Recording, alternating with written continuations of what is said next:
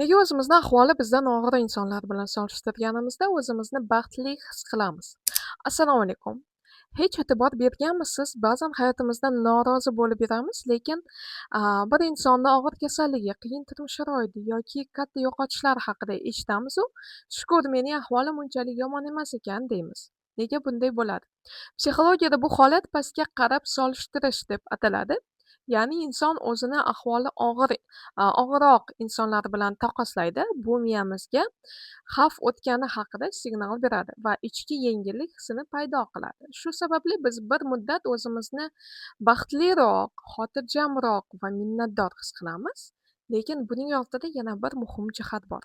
Agar bu solishtirish aynan shukronalikni uyg'otsa, u insonning ruhiy salomatligi uchun foydali.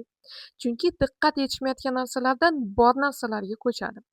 Agar inson doimo faqat o'zidan yomon ahvoldagilarni qidirib yursa, bu ba'zan o'z muammolaridan qochish mexanizmiga aylanishi mumkin.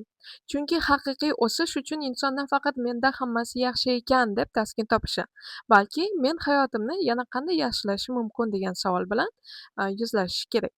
Psixosomatik nuqtai nazardan qaraganda shukronalik hissi tanadagi stressni kamaytiradi, asab tizimini tinchlantiradi va xavfsizlik tuyg'usini kuchaytiradi. Shuning uchun ba'zan hayotingizdagi muammolarga emas, balki sizda bor ne'matlarga nazar tashlang. Ammo buni o'zingizni aldash uchun emas, balki haqiqatni to'liqroq ko'rish uchun qiling.